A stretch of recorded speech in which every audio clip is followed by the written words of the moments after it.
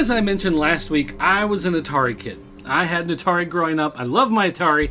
I played my Atari all the time. But one fateful day, I walked into my friend's house, who lived across the street, went down into his basement, into their rec room, TV room area, and there was the ColecoVision. And the ColecoVision had Donkey Kong stuck inside of it, which I guess was the pack-in game back at the day. And when I saw Donkey Kong running on that ColecoVision, I had a little bit of jealousy. Now, I've always said that I'm a guy who always, prefers gameplay over graphics. One of the reasons why I love the Atari 2600, it has great games. They're very simple, easy to play.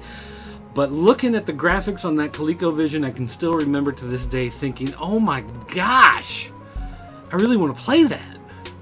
And so I asked, hey, can I borrow that Donkey Kong? I'd love to play it on my Atari. And it wasn't an option. You couldn't play ColecoVision games on your Atari. Now, to add insult to injury, they came out with an adapter that you could plug into your ColecoVision, and you could play Atari games on the ColecoVision. But it didn't work the other way, which was terrible for me because I was a kid. I was too young to go out and buy game systems myself. The Atari was the only game system I had until Christmas when I was in the 6th grade, when the NES finally came out. And I got my NES and Castlevania, and then NES was my main system for several years. But I still, to this day, I think back to that ColecoVision, and I so wanted a ColecoVision, and I still do want a ColecoVision. But it gets harder and harder to find them, especially in good working order, with good games, and that have had modifications made to make them work on modern TV sets. I mean, that's one of the big things, right? A lot of these old systems were made to work on your big old tube TVs, and on modern TVs, they have problems. So you have to get adapters, or you have to solder things on, or whatever. And that's... I like the pick-up-and-play idea of a console. You just get it, you plug it in, it works. And so that's why I ended up with one of these. Now, I know a lot of you purists right now, you're freaking out, you're screaming, you're crying. No! AtGames flashback systems, dirt. Those are the worst. Those are the worst. And I agree, they're not perfect. They're not fantastic. But they get the job done, especially when it comes to the plug-and-play environment. And even though it's not the most perfect game system for trying out Coleco, when I grab the Coleco controller, this AtGames Coleco controller, I have that feeling of wonderment. I have that feeling of, this is a whole new universe. This is a whole different experience. This is not like the experiences that I'm familiar with. This is something different. This is something new. Now, I did play it at his house several times. I mean, I did enjoy it, but he ended up moving away shortly after he got it. They moved to Montana or something, and so never saw him again, never heard from him again, no idea what ever happened to him. But I still think of that ColecoVision. I don't even remember what the kid looked like, but I remember his ColecoVision. So that tells you how good of a friend I can be. So even though this is an AtGames, even though this isn't perfect, even though this isn't a great device, a flawless device, I still wanted to get it, and I still wanted to try it out. And so this Atari kid is going to cheat a little bit on his Atari by playing this Coleco. And even though I know, it's not real hardware, it's emulation, it's not the best emulator, it's not even the best selection of games, I'm one of these people, again, I like games. I like playing games, and I think I will enjoy it. Now, here's the funny thing. I said one of the reasons why I got something like this is because it's plug and play, right? It's a simple thing. You just plug it in your TV, you play it. Of course, it comes with composite cables. So we get just these two cables to plug in. Now, if I was going to my TV, I could just plug them into my TV, I could play, but I need to capture this footage so that I can put it into the video for you guys. And of course, my capture device does not have plugs for composite. They have plugs for component and for HDMI. So what I ended up having to do was use this device, the AV to HDMI converter. And so I have to plug the device into this box. Then I have to power the box with USB. Then I have to plug it into an HDMI cable. And then the HDMI cable goes to the capture device. And then from the capture device, it goes through USB to my laptop over here to capture the video, and then also to the TV so I can see it and play it. So the picture is not going to be the best. And again, the purists out there, you're going to freak out, get a Raspberry Pi, and blah, blah, blah, whatever. And that is something I may do down the line. But for now, the idea of just sitting down and playing, even though it's not going to look perfect, it's not going to be the best, I'm going to get some footage, I'm going to play some games, and then we're going to talk about it a little bit afterwards. So, AtGames, I'm going to give them a chance. I'm going to play here. We are going to play the COLECO FLASHBACK from AtGames and just see how much this Atari kid enjoys dabbling in a little bit of strange. Now, with the nature of the flashback consoles being what they are, you don't get to choose your games, of course. You're stuck with what's built into the machine, and this collection of games leaves something to be desired. You don't have anything like Donkey Kong or Frogger or any of those big games like that on there. You do get some games like Venture and Frenzy, and you get a lot of these weird games. Alphabet Zoo? Okay, someone somewhere might want to play that. But there's also a lot of these homebrew games, a lot of these more modern games that have been made to work on the old hardware that they were able to put on here, which is neat because if you've wanted to play with some of those games, you can finally get a chance to.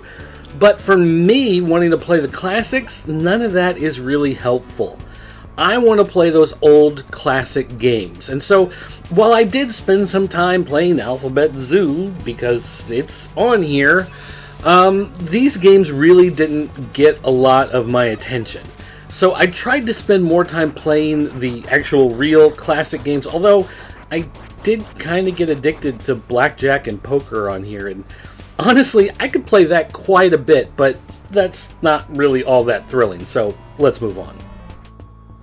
Bump and Jump is a game I was already familiar with, and I found this version to be quite enjoyable. The one problem I had was it seemed like moving left and right while jumping in the air was a lot slower than it was on other systems.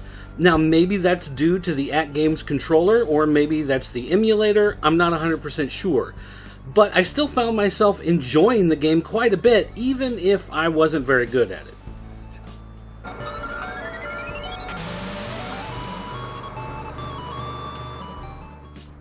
Choplifter's a game I'm very familiar with from my days of the Apple IIe computer, and I gotta say, this version was great.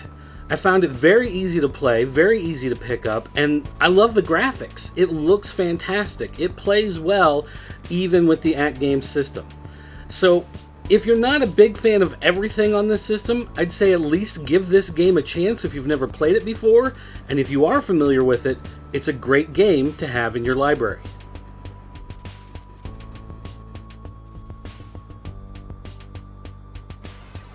Cosmic Avenger is a game I'm not really familiar with, and, well, not really good at either.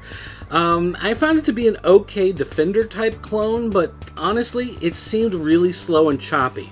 And again, I don't know if that's just because of the era in which it came out, or if that has to do with the AtGames system, but regardless, I didn't spend a whole lot of time with this game, and I just don't think I ever will.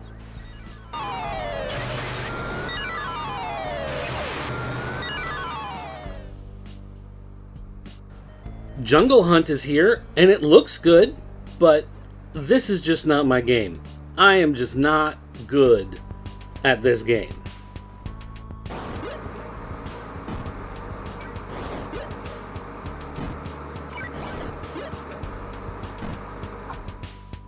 Moonsweeper's a game I don't know that I ever even heard of before. And while I did find it a little confusing to figure out what to do without a whole rule book to look at, I did really like the graphics.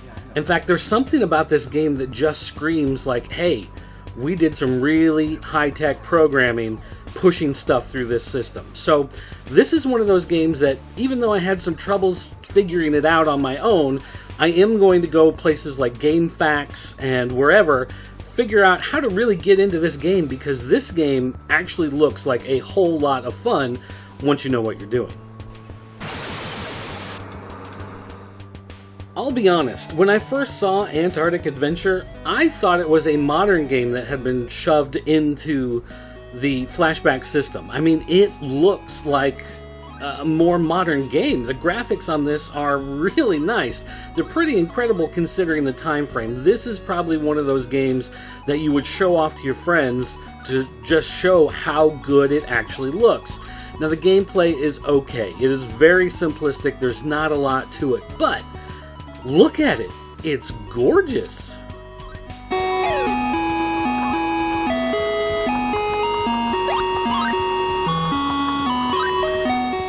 Now, I love pinball in its many incarnations, and Flipper Slipper wasn't something I was familiar with. But seeing a video pinball game on here made me excited, and I enjoyed this game until I figured this out. Yeah, I just let it run on this. I actually walked away for a while and just let it go, and just racked up some points on its own, because you can do that.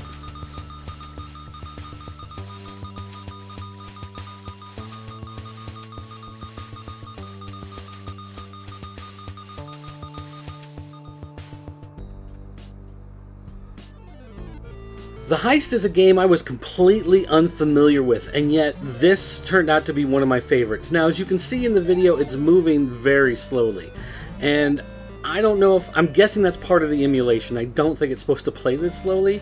Maybe it is, but I found it to be a really nice, intriguing mix of games like Keystone Capers and Impossible Mission. It just had this neat idea of you're running through this building, you're grabbing this treasure, you're avoiding setting off the alarms, you're finding keys to open doors. It's really a lot of fun, and even though I wish we could pick up the pace a little bit in this game, I found myself going back and playing this game several times. This is a game that I think I could probably spend a good amount of time on.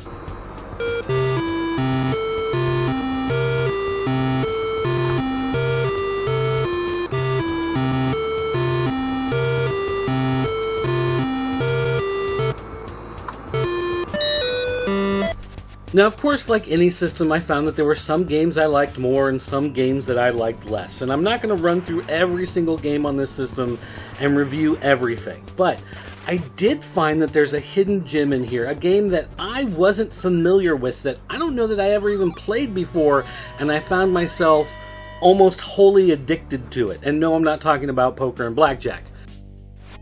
Pepper 2. This game? Oh, this game. Now, I never even played Pepper 1, and it turns out there was no Pepper 1. Pepper 2 was a marketing gimmick. They just called it 2 because they could. Okay, great. Now, I'm not familiar with the game, so I get on here and I just start moving around and I can see, oh, okay, you close off boxes and things change colors and you get bonus points, and I wasn't 100% clear, but the more I played, the more I really began to get the dynamics of it. The way you're zippering these lines, they zipper and unzipper as you go over them. And if you don't close off an area and you go across that same line again, then you end up undoing your work. There's also 4 mazes. So if you exit the screen and you go left, right, up, down, you end up on another screen with another maze, and you have to complete all 4 of them to move on to the next level. This game has a lot going for it.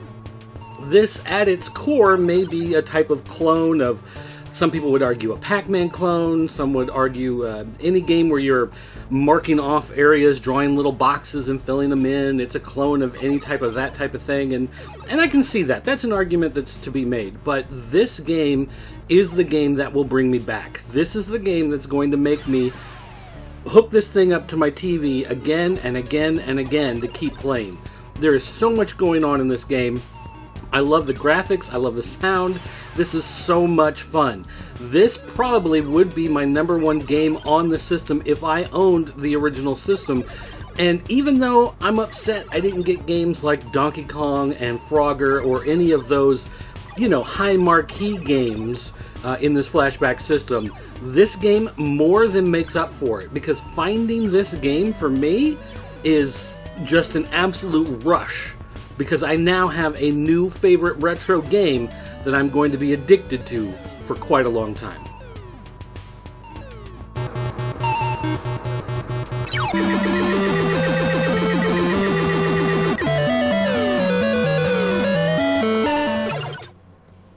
Alright, so there we have it.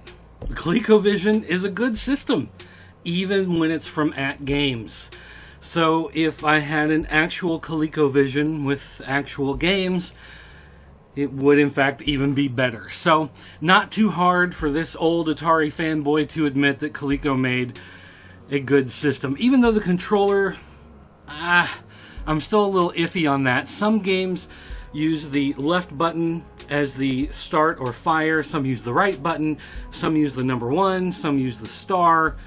Could have used a little more control there, maybe quality control, making sure everybody's doing it the same way. But overall, like the system a lot. Now, last week's episode we talked about my favorite Atari games, and we do have some feedback from some of you guys.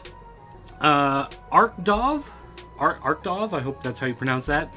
He said that Adventure is also his #1 game on the system, so I feel somewhat validated with that. And he also said it's right next to E.T., because E.T. is also one of his favorites. And I admit, once you know what you're doing in E.T., it's not terrible. I mean, it's not fantastic, but there's actually a pretty good game underneath it trying to get out. And once you know what you're doing, it can be pretty fun.